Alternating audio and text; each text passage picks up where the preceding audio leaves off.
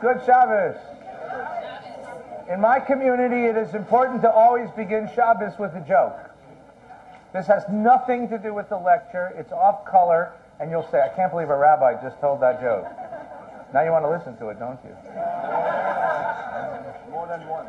Shendel Leah was a little old, a little plain, a little not bright, a little ordinary, and nobody thought she'd ever get married. There's an echo in this thing. I never. Okay, good. And so it was a great day in the community when they found her a shidduch, and she got married, and they had their week together. And Shendel Leah showed up to Shul Shabbos an hour and a half late. And she went up to the women's section, and all of her girlfriends gathered around, and she looked tired and bedraggled. And they said, Shendel Leah, how is married life? And she said, it's wonderful. And they said, how is your husband? She says, wonderful. Why are you late? She said, well, I'll tell you what happened. Last night we had our first Shabbos together. And I made a lovely meal, and I set a beautiful table, just like Mama taught me. And then I lit the candles. And he took me by the arm and he said, Shendel Leah, in my grandfather's house, it was a custom that after the candles are lit, my grandfather, my grandmother, they went upstairs and they were together. So up we went. And we came down an hour later. And he made the kiddush. And he said, Shendel Leah, in my uncle's house, it was a custom that after benching kiddush, my uncle and my aunt went upstairs and they were together. So up we went. And an hour and a half later we came back. And he made the moitzi. And he said, Shendel Leah, in my cousin's house, it was a custom that after they benched the moitzi, they went upstairs and they were together. Oh. A scholar, he's not. A millionaire, he's not. A handsome one, he's not. But he comes from a wonderful family.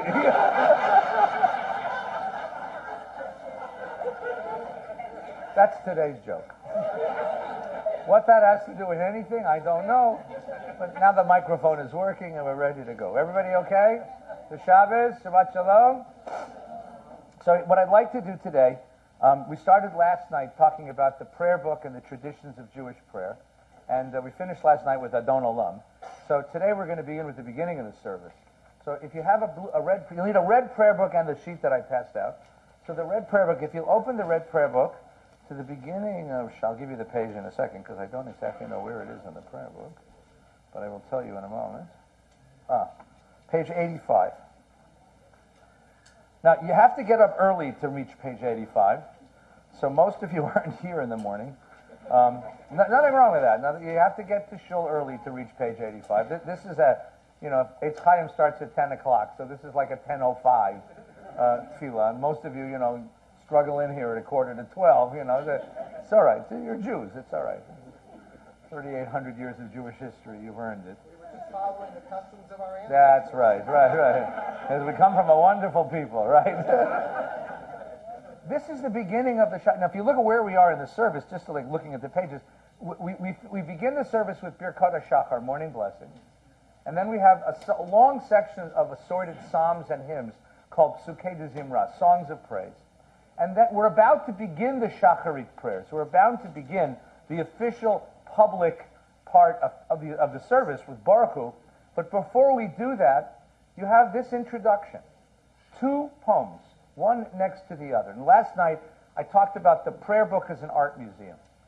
So if this were an art museum, this would be like 2 pieces of art put next to each other in a gallery. And they contrast with each other. Well, let's take a look at the 2 of them, right? And because this is at the beginning of the service, you're going to see right away that this deals with the issue of praying. That is, these are prayers about praying.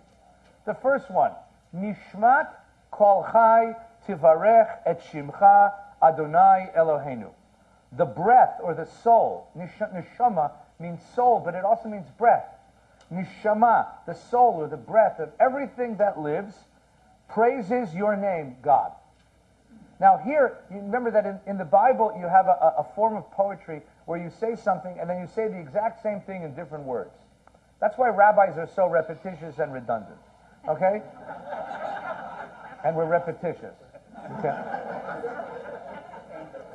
Viruach kol basar, and the spirit. Now, ruach is another one of these wonderful words, because ruach either means wind or breath, or it also means spirit, right? Same thing, by the way, in English, right? Spiritus. So that the word inspiration is related to the word respiration. Spiritus, because breath is something uncanny. It's in us, but it's not of us. It's a connection with the outside. So spiritus, right? Inspiration, respiration, and when you die and your library books are overdue, that's called expiration. Okay? Good. You're still awake. The ruach and the spirit, or the breath of all that lives, tifa'er v'tiramim zicharcha malkeinu tamid. Everything that lives is going to exalt you, God. Min ha'olam ve'ad ha'olam. From one corner of the world to the other, from one eternity to the other. Olam is time and space. Ata el, you are God. Umi baladecha ein lanu melech. There's nobody like you. Goel Moshiach, who redeems and takes it. So the first thing that the service says is, prayer is the most natural thing in the world. Everybody prays. Everything prays. In its existence, it prays. Nishmat kol chai tivarech et shimcha. You got up early to pray this morning? The trees are praying. The bees are praying. The birds are praying. The beasts are praying. The whole world is praying. Why can't you hear that the whole world is praying? Because you're listening to NPR in the mornings, right? Scott Simon, he's a good kid from Chicago, right? But the fact is that everything is praying. And if you were to quiet yourself, you could hear that the breath of all life is praying. Now, there's a code for this in Jewish life. The code for this is that breath itself is prayer. And that's the song that we sang so beautifully a little while ago. The 150th Psalm. Kol anshama tehalel Yah. Every breath praises God. Every breath praises God. In fact, there's a theory that in fact is God's identity. You know that God has a secret four-letter name in the Bible, right? In the Bible it's printed, but we never say it. It's written Yud Hey Vav Hey. We always say Adonai. We don't know how to pronounce Yud Hey Vav Hey. It hasn't been. It used to be pronounced. The high priest used to say it on Yom Kippur, but it hasn't been pronounced in the world and since the high priest on Yom Kippur, and nobody knows how to do it. So the vowels, the diacritical vowels that are under the letters Yud Hey Vav Hey in the prayer book, those actually don't belong to the word Yud Hey Vav Hey. Those are the vowels that are from the word Adonai. They just ripped off the vowels and put them under Yud Hey Vav Hey. But there's a way of pronouncing Yud Hey Vav Hey which is actually very simple. What's the sound of a Yud in Hebrew? Yeah. What's the sound of a Hey in Hebrew? What's the sound of a Vav in Hebrew? Va or Hua. What's the sound of another Hey in Hebrew? So if you were to pronounce Yud Hey Vav Hey, it would sound a lot like this. Now you do it. Now keep doing that through the rest of the hour. Because the moment you stop means the end of your life. Kol hanshama tehalel Yah. Every breath pronounces God. Now what does it mean to say God's name is the sound of one's breath? First of all, it recognizes that life is something mysterious. It's of us, but it's not of us. It's organic, but it's transcendent. It's inside and it's outside. The second thing it says is, whatever God is, it's as close as your next breath. It's as close as your next breath. God is not like, whoa, God is right here. There's a beautiful Hasidic teaching. The Hasidim love this sort of stuff. There's a beautiful, I think we did it one year actually. It's from the Sfas Emes. It's a 19th century, early 20th century guy, and he makes a lot of fun. He and I don't mean to be critical here, but Sfas Emes made a lot of fun of Orthodox Jews. There once was a time when Hasidim were anti-Orthodox. They were called the good old days, right? Anyway, and what happened was, so the Sfas Emes has this image of a man praying the Shema with all this kavanah, with all of his heart, right? And he's like frum Jew, wrapped in his talis, right? big hat, all the Frumkeit, and he's so filled with the Shema. Shema Yisrael Ad Yisrael! And God is right next to him going, I'm right here. You ever see the movie Ghost? Remember Ghost? Yeah. Like that's God. Like God's going, like if you'd shut up, because you're so into the prayer, you forgot to find a God who stands next to you. So the Hasidim say, every breath, where's God? God's far away. Last night was the heartbeat, right? Tonight is this morning is the breath. Nishmat kol chai tivarech et shemcha. Every breath is a praise of God. It's that natural. All you do is breathe. You don't need a chazan with apology. Prayer books. You don't need to pay a synagogue building fund. Just pray. Just breathe. Yes. Yeah. I'm not saying anything. I'm just reading a prayer book. This is part of the joke.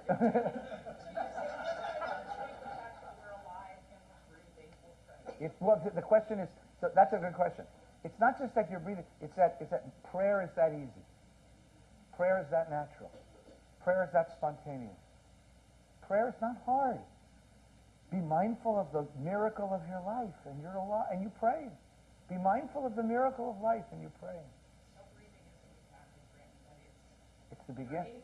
It's that easy, though. It's that easy. That's the point. It's as easy as breathing.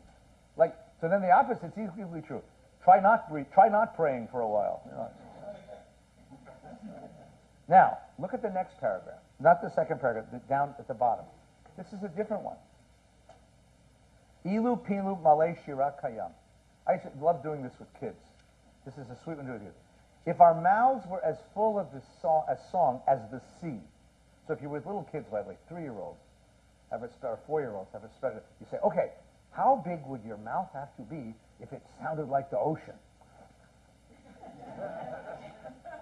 Ulshonenu rina kamon galad, and your tongue like the waves of the ocean. Ozzy Osbourne. Usfatenu shevach kemerchave rakia, and our lips as open with praise as the expanse of the sky. Ve'einenu marot keshemesh yareach, and your eyes as full of light as the sun and the moon. V'yadenu pushot k'nishrei shamayim, and your arms were spread out like the wings of an eagle. Again, if you have a 3-year-old, this is a joy. Make your mouth like the ocean, and your tongue like the waves, and your eyes like the sun and the moon, and your arms like you see a bunch of little kids doing this? This is like fun, right? V'raglenu kalot ka'ayalot, and our feet as swift as deers. Ein anu maspikim lo dot lacha Adonai Eloheinu v'lehevatenu l'varech et shimcha al echad me'elef alfei alafim v'revavot pamim atavot shasita im avotenu v'imanu. If we had all of the expressive powers of nature, we couldn't begin to thank you, God, for 1/100,000th of the goodness that you have poured upon us in the world. Okay? Now, before you get to that, you ever feel that way? When do you feel that way? When have you felt that way? Anyone ever had this experience? When have you felt that way? Yeah, but it's grateful, but it's not like your ordinary, like, oh, nice day today. Yeah, okay. Okay, we can fix that. That's good. Childbirth, yeah, for the guy, mom's gonna, oh, look, it's a miracle, like, right, epidural, that's what that is, Childbirth. That's exactly, but witnessing that, so if you're sick and you get well, if you've escaped from some danger, if you've gone through a tough time and you find strength, if something that has been broken heals in your life, you have this profound sense of utter inexpressible gratitude. Now, look at the two prayers together.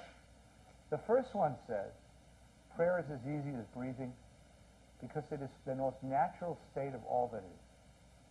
And the second one says, it's really hard to find the words.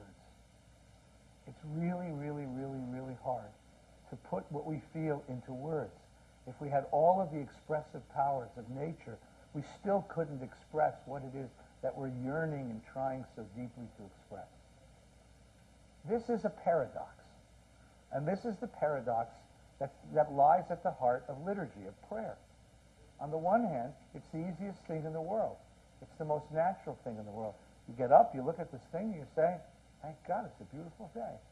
On the other hand, you realize that if you really tried to say what you were feeling, there's no words to be able to say it. There's absolutely no words that could possibly begin to reflect and to capture the sense of appreciation, the magnitude of the miracle that you've experienced. And that's the paradox. So if that's the case, how do you create a prayer service? If that's the case, how do you find the words? That was the problem that the rabbis faced. That was the problem that the rabbis faced in the year 70 when the temple was destroyed. In the year 70 when the temple was destroyed, and the rabbis decided that they would make prayer, verbal prayer, the new expressive medium of the Jewish people. And they began to put together a service. Now, here's what they did. And I gave you some examples of this. I'm not going to go through everything, but I just want to show you three of this. There's basically three traditions in the Bible. Tradition number one is the tradition of prayer. But in the Bible, prayer is spontaneous, it's personal, it's episodic, it's emotional. Right? Noah comes out of the ark. He's just seen the destruction of all that lives, but he and his family have survived. And he walks out and he sits and he looks at the world, looks at the sky, and he wants to offer God something. Jacob is on the way. He's running away from his murderous brother. Lies down to sleep on a rock. Uses a rock. And the question is, why does a man use a stone for a pillow? Didn't anybody go to Boy Scout camp? When you go to Boy Scout camp and they tell you don't have a pillow, what do you use? Your sweatshirt, your backpack, a towel, your girlfriend, you know. What kind of man uses a stone? A man who doesn't have a sweatshirt, a backpack, or a girlfriend. In other words, Jacob, the image of Jacob sleeping on the stone in Vayetze is the man ran out of the house with nothing. He is totally bereft. The man who had been surrounded by family and love his whole life realizes that at this moment he is as alone as a person can be in the world. That's the man who sleeps with a stone for a pillow. And he has this dream and he sees God on this ladder. And God says, I'm with you, and I will protect you, and I will bring you back to this land. And he wakes up and he says, oh my God, something happens here, right? Something is going on here. Spontaneous prayer is what the Bible's all about. That's what prayers in the Bible are about. When it comes time to have collective worship, however, the Bible gives us something different. It gives us sacrifices. Sacrifices are not based on that, oh my God, emotion. Sacrifices are regular, organized worship services. And because sacrifices are collective, they have a rule. This is what you call a highly articulated artistic idiom. Translation. Anyone ever do ballet as a kid or now? Anyone into ballet? Right? So in ballet, they teach you things, positions, right? You stand like this, you tippy-toe like this, you move like this. What happens if you say, I don't want to do it? Yes, see, that's exactly right. They say, you can do it, that's fine, it's just not called ballet anymore. Now it's called modern dance. Then you can do whatever the hell you want. But if you want to do it this way, it has to be done properly. Ever try to teach a little kid to play chess? Anyone ever played chess with a little kid? You say, this piece moves this way, and this piece, and then if you're in my way, I can take your piece. So what does a kid do? What does he do? He moves a piece and he takes your piece. You say, it doesn't move that way. And he says, mine does. And you realize you're not playing chess, you're playing Rafi, you know. Sorry. You know. Sacrifice in the book of Leviticus is highly articulated. It's rule-bound. And you can understand why. In a world full of messiness, here is an aesthetic form which is always perfect. Ballet is perfect, right? Chess is perfect. Sport is this way. It's a controlled scenario which is perfect within its own rules. Okay? So the book of Leviticus says the Lord called to Moses, spoke to him in the tent of meetings, the third source down, and he said, speak to the Israelite people and say to them, when any of you presents an offering of cattle to the Lord, you don't just go get your own cow. You shall choose it from the herd of the flock. If it's a burnt offering from the herd, he makes it a male without blemish. It has to be perfect. He shall bring it to the tent of meeting, and here's the Hebrew word, li-ra-son. Li-ra-son literally means do it right. Sacrifice is not spontaneous. It's not personal. It's not episodic. It's a highly articulated form of expression. And then over and over again, you have this notion of it has to be acceptable. Now, the temple was destroyed. And the rabbis were decided that they would replace daily sacrifice with daily verbal prayer. And so what they decided to do was meld the two traditions. They would meld verbal prayer with the idea of a highly rule-bound, articulated expression that all of us do together. And they invented what we affectionately call services. They invented services. There was a sacrifice in the morning in the temple, so we have shachrit. There was a sacrifice in early evening in the temple, we have mincha. At night you were supposed to say the Shema before you go to bed, so we have mariv. That's where the services, that's where they came from. And just as the sacrifices had certain rules about how to do them, the rabbis took the idea that you could have rules that govern the organization of verbal prayer. And so we have a seder tefillah, or in Hebrew, a sidur. Seder tefillah means an order of prayer. You can't just do them in any order you want. It has to be done in a certain order. This bracha follows that bracha. After that, there's a bracha. Then there's a section of biblical reading. And then there's some more brachot. And they set out an order of prayer so that the collective, all of us, would do it together.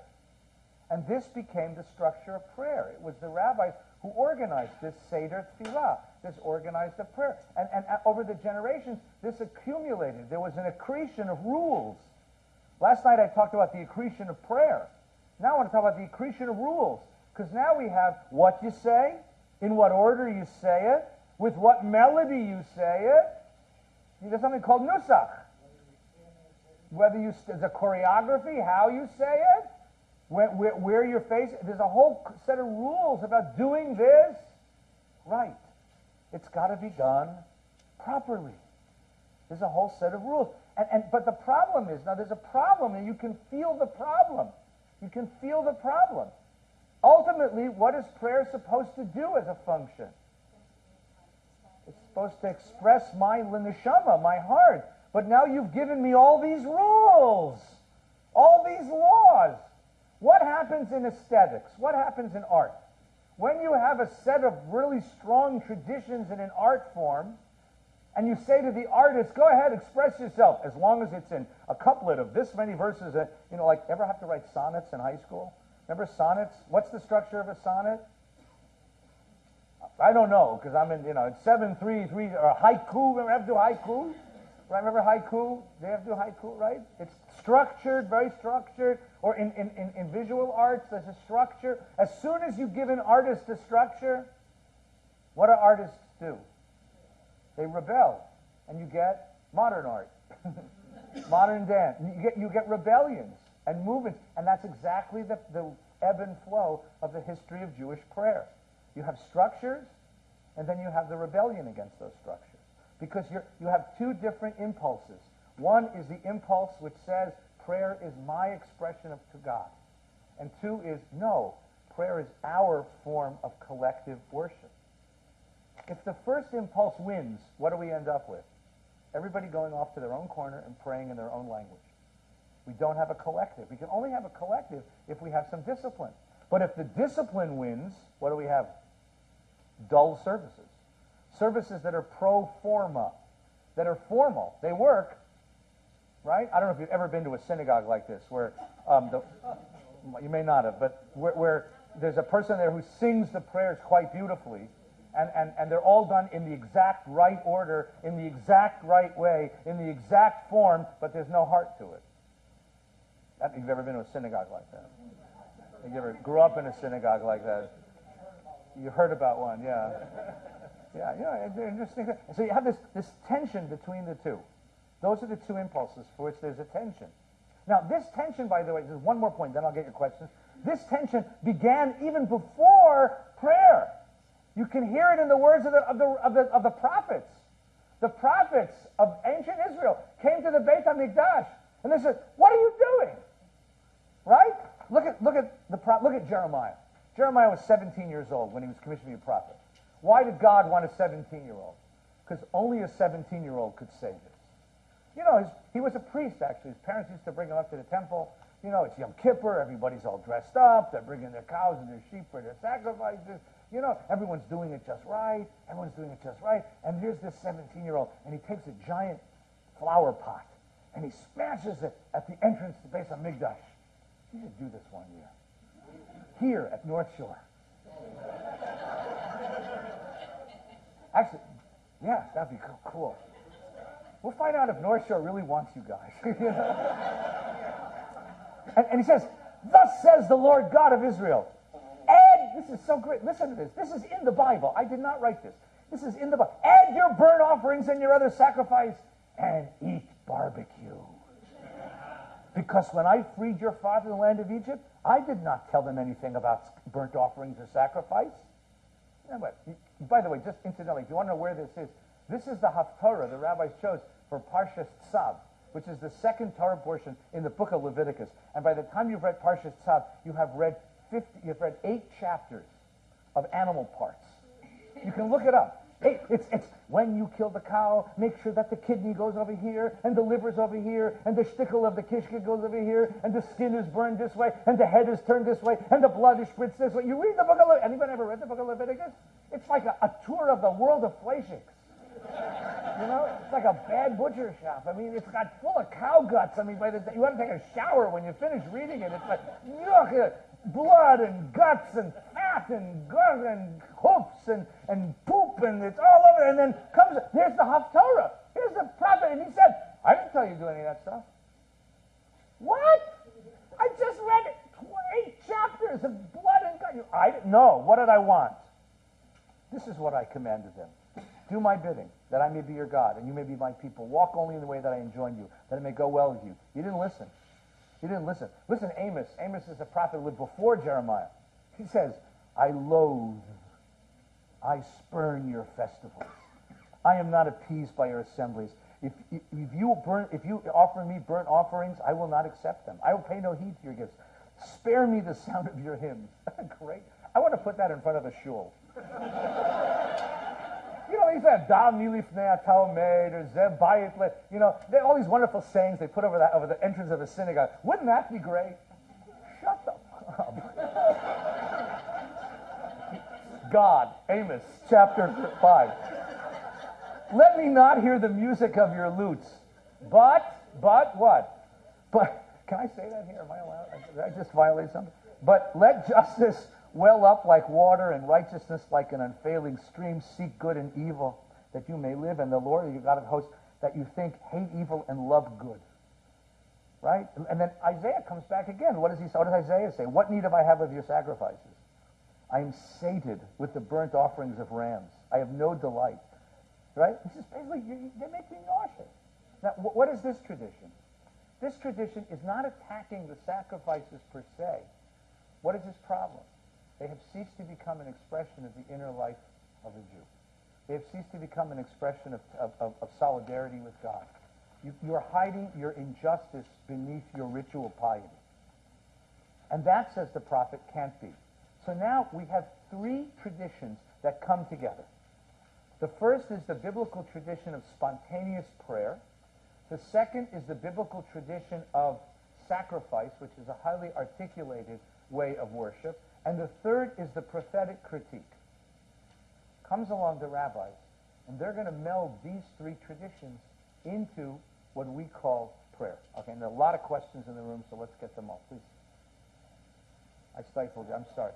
I apologize. Julie, do you have a question for me? Yeah, go ahead. Do it right. Yeah, in the rules. Yeah. Right. According to the will, yeah, the way, the Tao.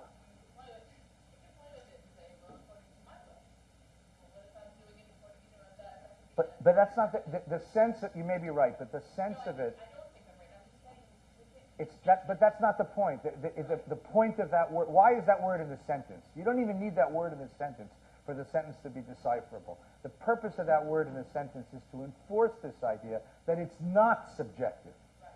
This is not your will. You have to do this according to the structure of the aesthetic. There is a form to this aesthetic. It's the Japanese tea ceremony. Highly articulated, highly regulated form of aesthetic. It's ballet, highly articulated form of expression. It's basketball. Anyone ever watch basketball and the ref calls an illegal defense? And you say, what the heck does that mean, right? Because it's a highly articulated form that all of the players understand. It's not a street game. So sacrifice is highly articulated. So the rabbis chose all three traditions. They wanted to find a way to bring all three traditions together. Prayer is going to be an expression of my heart in front of God, right? It's avodah shebalev, the work of the heart. But it's going to be highly articulated so that the community can share in it. But it also there has to be a tension between the form and what the form is supposed to create. The kind of Jew this is supposed to create. And so it was a highly tense form that they created. It was highly tentative.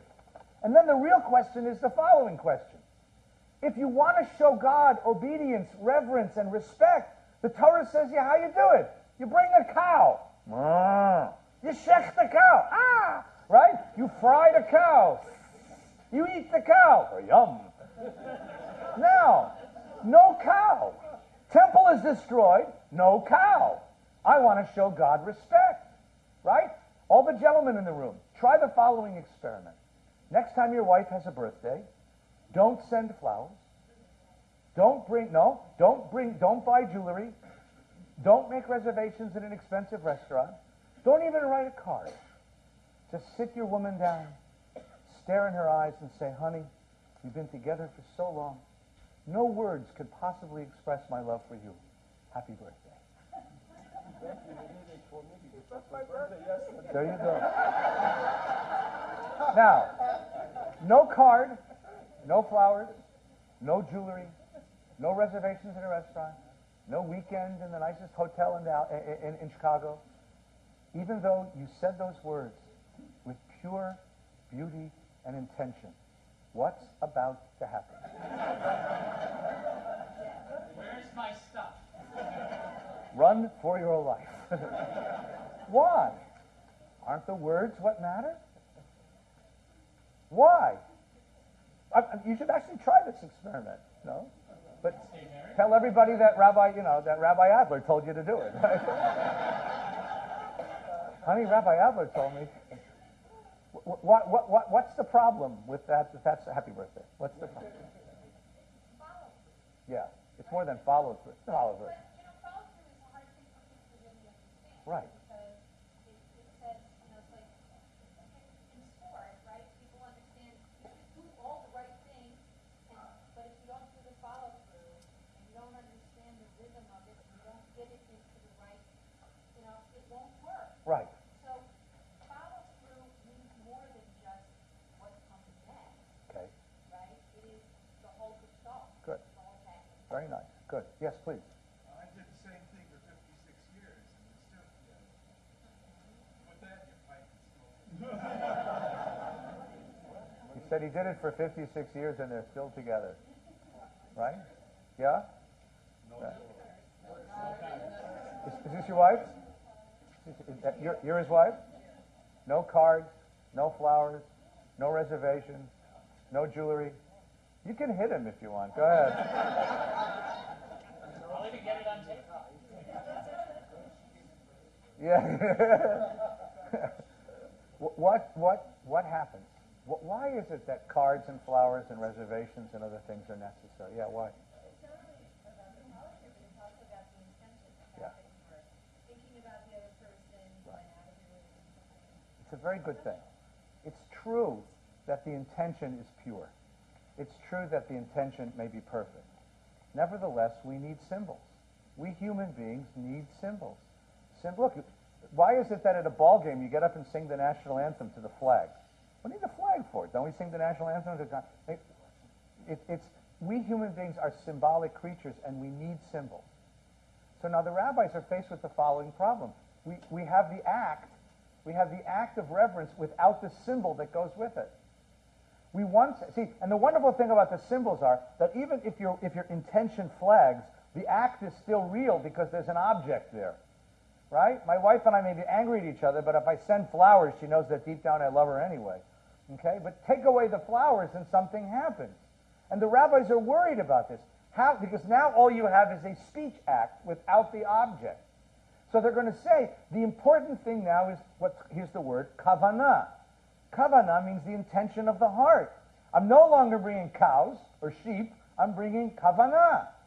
But now these guys are lawyers. So the question of the guy is, how much kavanah? Take a look. We happen to have something wonderful. And you didn't know this, but you have a treasure. We have the notes. And as the rabbis had to do this, there was a day when they invented the prayer book. They invented our prayer traditions. And we have the notes of their discussion.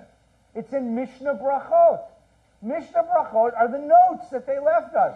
And they're incredibly honest. Take a look at where it says devotion kavanah, right? So skip Mishnah 1. Let's go to Mishnah 2.1 because I'm late for time. Mishnah 2.1. Listen carefully. One who is reading the Shema in the Torah and the time for the recitation of the Shema arrived, on the second page, about 3/4 of the way down. Mishnah 2.1. If he directed his heart, if he has kavanah toward the fulfillment of the obligation to read the Shema, he has fulfilled the obligation. And if he did not, he does not fulfill his obligation. All right, so what are we talking about?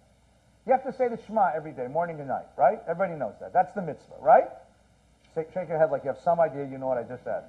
We say the Shema. You all know what the Shema is. Shema Yisrael. It's the prayer that all Jews say in the morning and the night. Now, no more cows. You have to say that prayer with intention. What would be the best way to test that intention? The question is, what if you were reading the Shema incidentally? In other words, you were doing the same act, but your intention was different. So let's imagine the following scenario. It's evening time, and you happen to be studying the 6th chapter of Deuteronomy. And you happen to read the Shema. Does that count as saying the Shema? Right? Does it count as saying the Shema? Right? I'm standing in the supermarket, and the guy who runs the flower market, the supermarket says, "You're Rabbi Feinstein, right?" The guy says, "You know what? I got these roses. I don't know where they're supposed to go. Take them home to your wife." Does that count? Now, so the rabbis say, if you... All the men are going, well, yeah. All the women are going, what? That's how you got roses, you schmuck. Right? If a guy asks his secretary to buy his wife roses for her birthday, does that count? That's the question. What a long...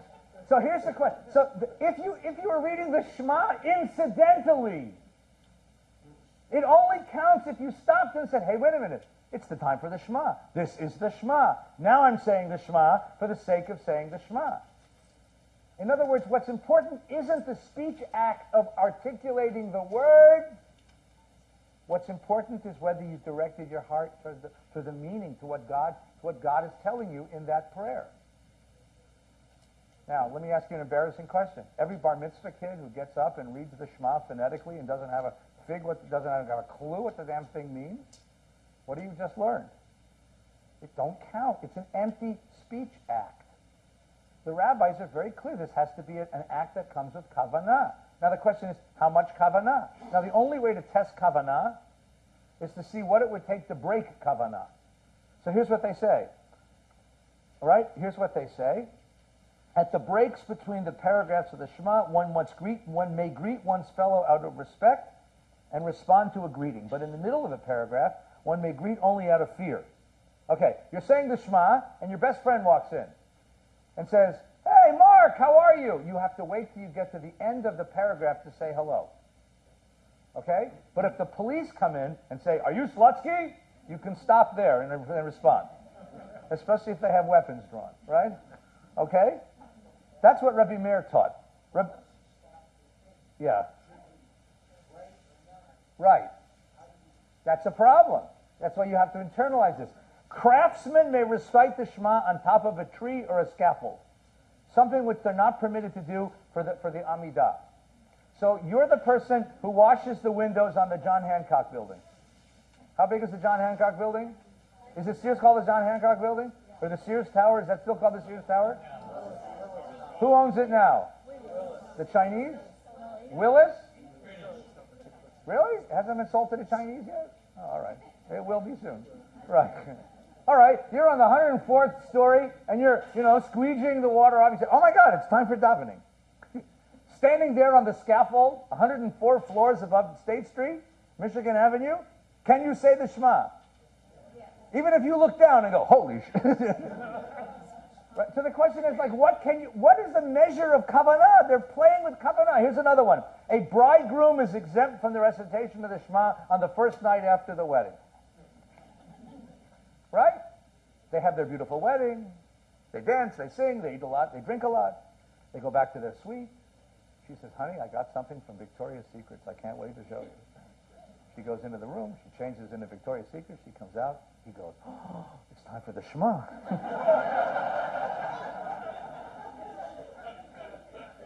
Now, what he's supposed to say is, "Oh my God." That's what he's supposed to say. But now, first of all, that marriage isn't. What? Yes, right.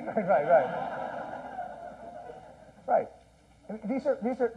They're trying to categorize qualities of distraction. You see, how much concentration must you have on the Shema? No bridegroom could do that. And you get up until Shabbos, by the way. After that, you got to go back to saying the Shema, right? Right? If he consummated his marriage. Rabbi Gamliel, who was the Nasi, he was head of the community. He recited the Shema on the first night of his wedding. Now, the first question is, how do you know?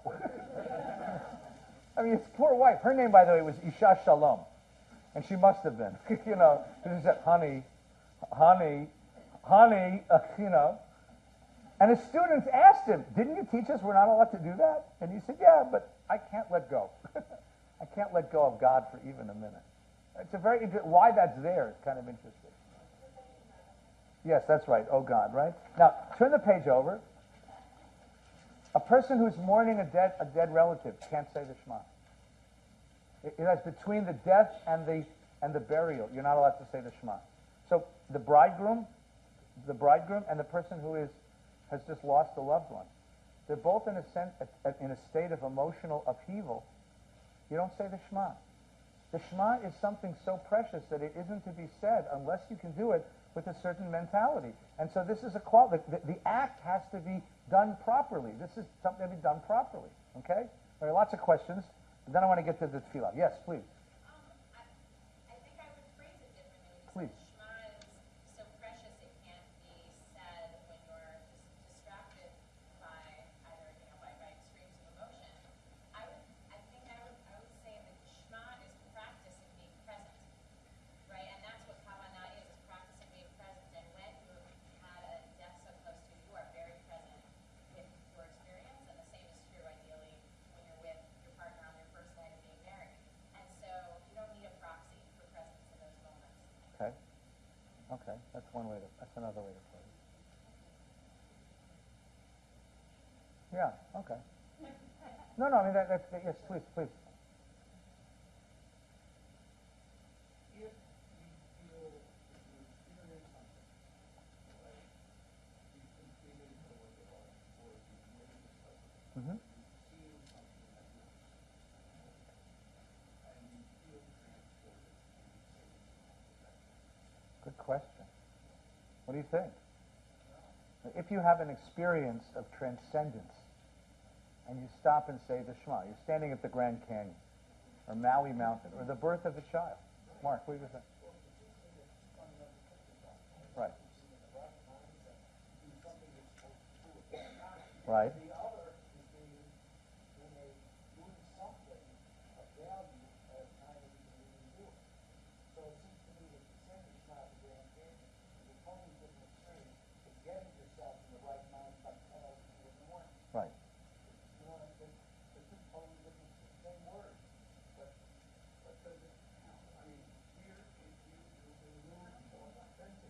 Yeah.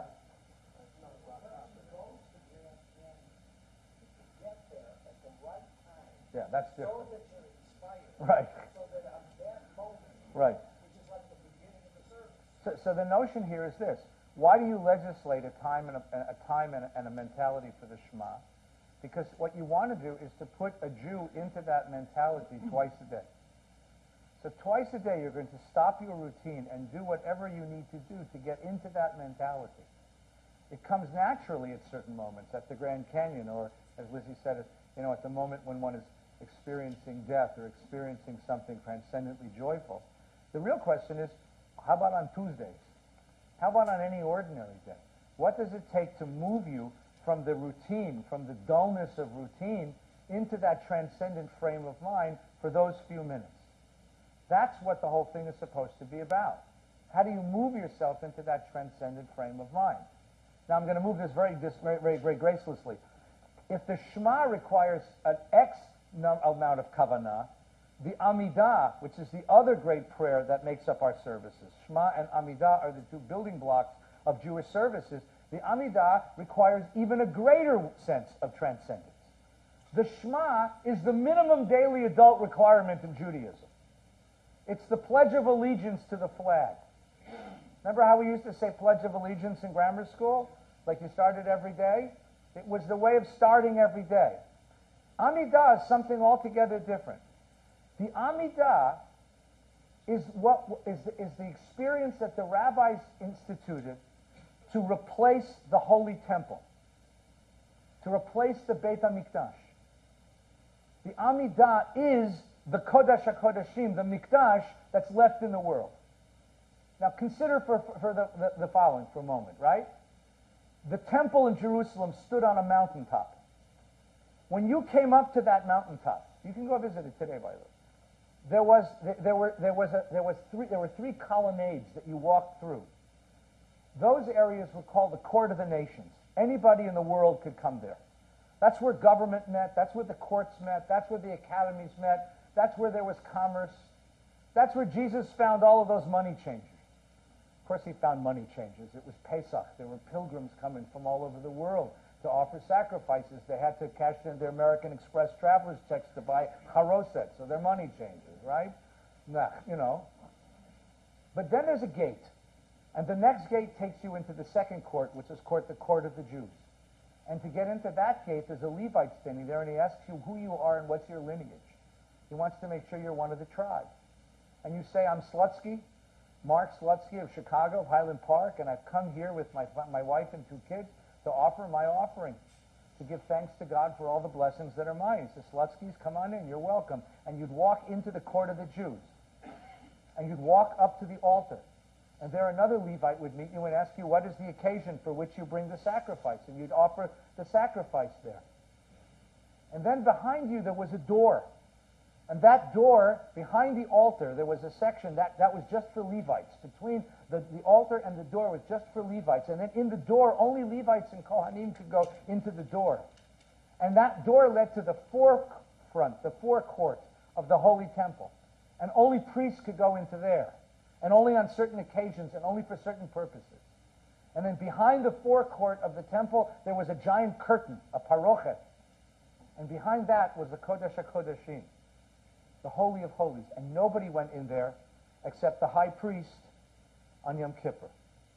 Court of the Nations, Court of the Jews, the altar and the section behind it, the doorway, the forecourt of the temple, the Holy of Holies.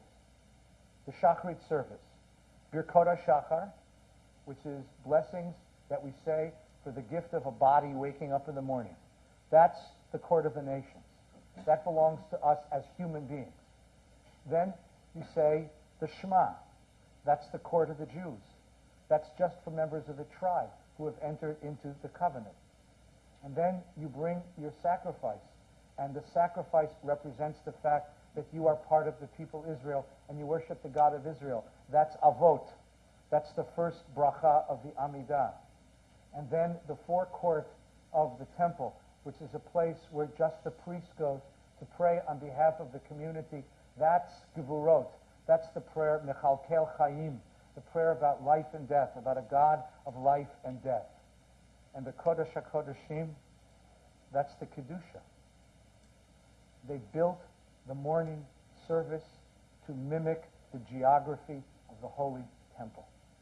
So to go through the prayers of the morning service is to take the pilgrimage up to the Holy Temple. Except there's no keep out signs here. You don't have to be a priest. You don't have to be a Levite. It doesn't have to be Yom Kippur. You're actually invited into the inner courtyard, into the inner sanctum, for the Kedusha. Every time you say the Amidah, you are entering into the Beit HaMikdash. You don't enter the Beit HaMikdash lightly. This is an experience of power. It is an experience of life and death being at stake. You're praying for your life. Your life is at stake here.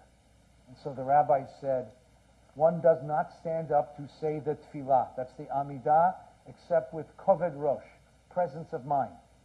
The early ones waited an hour and then prayed. In other words, they prayed for an hour in order to pray. They knew that this is something you must do lightly. You've got to get into the place. You've got to get into the head in order to concentrate their minds upon God. And how much concentration do you have to say the Amidah? If a king greets you, he shouldn't answer. If a snake winds round his heel, he shouldn't stop. In other words, you're praying like your life depends upon it. That's the ideal. That's what it means to say the Amidah. And now, in the next section, this is the Gemara. Do we have time for this? Come on, wait. What's interesting, this is the Talmud on this particular section of Mishnah. And here, the rabbis are going to ask a question, which is an interesting question.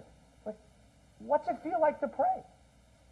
What is the emotion of prayer? And the way they're going to ask that question is, when I'm praying, who am I? We have this game we play in Jewish life. We quote. It's quotational Judaism. Because when you quote, you're reading a script. It's a drama. So the question is, for example, where's David? When a family brings a baby to the mohel, that mother and father at that moment are Abraham and Sarah. When a couple stands beneath the chuppah, husband and wife, they're Adam and Eve. They're Adam and Eve. Who am I when I'm praying? So they ask the question. They ask it in a technical way. What is the scriptural source of this idea that you have to have ultimate concentration? What they're really asking is, who am I when I'm praying? Rabbi Eliezer said something really interesting. Rabbi Eliezer said, you're Chana. Who's Chana? Mother of Shmuel. Remember? She was married to this guy, Elkanah. It's the Haftorah on Rosh Hashanah. Elkanah had 2 wives. Penina had 12 kids, 10 kids. Chana has none. She goes into the Beis Mikdash. She throws herself down. She's crying, weeping, begging. Comes in Eli, the priest, not the best day for religious establishment, and says, you're a drunk woman, get out of the Beis Mikdash. And she said, I'm not drunk, I'm filled with pain. And he says, oh my God, I'm sorry. Tell you what, I'll give you a baby. Right? It works. Right? So Rabbi Eliezer says, you're Chana. You're Chana. Now, what is interesting about that?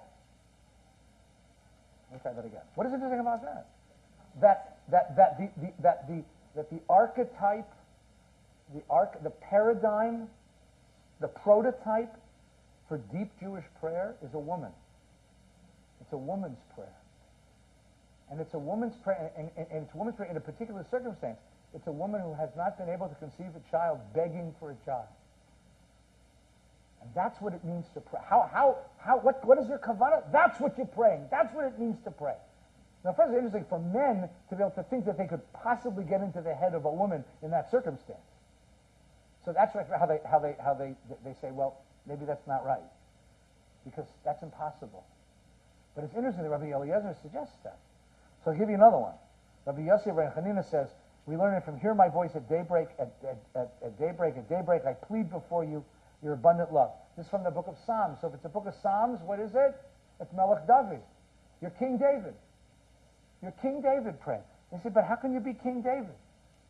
Who could pray as beautifully as King David? And then Yeshua ben Levi says, worship the Lord in the beauty of holiness. It's Hadrat Kodesh. And he says, not hadrat, but cherdat, which means trembling.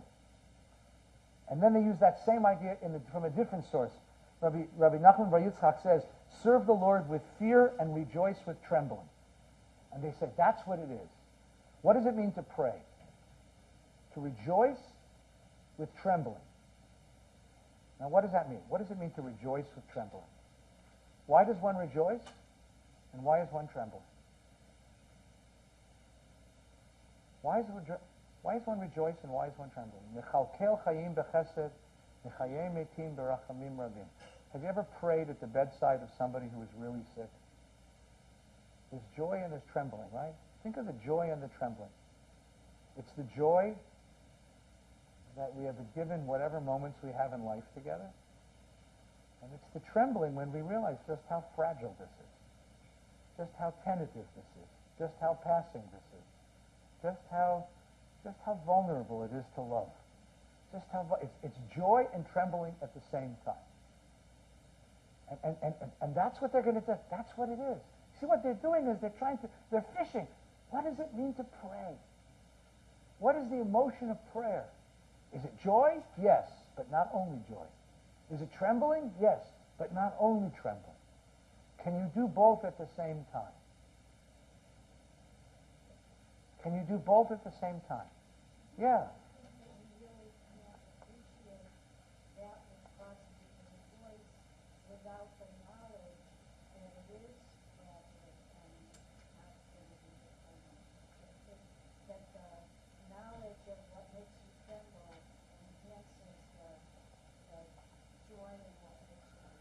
That's a beautiful way to put it.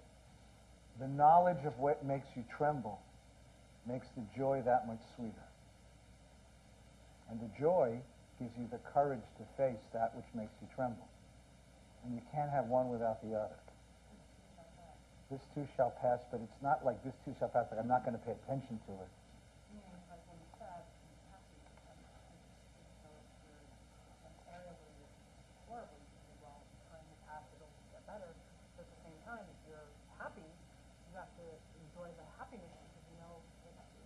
What's the last thing you eat at the Seder table before you have dinner? The Hillel sandwich. What's the Hillel sandwich? It's the bitter and the sweet. And that's the taste that the Seder gives you before it finishes. And you can see what they're getting. They're trying to figure out, what does it mean to pray? With what emotion do I pray? How do I pray? And there's a story here, which is this is the story, by the way, that's the ur text for breaking glass at the end of a wedding. This is where it comes from. Marv, son of Ravina, made a marriage feast for his son, and he saw the rabbis were going very merry, so he brought a precious cup worth 400 zuz. Don't try this at home. Use a light bulb. And he broke it, because he wanted the joy of the wedding to be tempered with the fragility of life. You can't have all joy. You can't have all bitterness. Somehow to live with God and to live as a human being in the world, as a finite being, you've got to live with both, with life and with death. So before we enter the Kedusha, right? What's the last prayer you say before you enter the Kodesh HaKodeshim? Mechalkel chayim b'chesed, mechayim metim berachamim rabim. It's the only prayer where Jews really talk about death. We never talk about death, except during the Amidah. You say, you know, God, I'm a human being, and I'm weak, and I'm small, and I'm not going to live forever. And I know that these days are precious to me, and you've given me these days. And I know that one day I won't be here. The person I love won't be here. The world I love won't be here. So hold us close, God. And then, with that attitude of Mechal Kel Chayim B'Chesed, Mechayim Metim, you walk into the Kodesh HaKodeshim. Mekadesh Shimcha Be'olam. You know what I'm talking about? That's how you walk into the Kodesh, with joy and with tremble. They're playing. These are the rabbis. These are their notes on how to create prayer. And they're not sure. Let's take one more look at another text, and then we're going to wrap this up. David.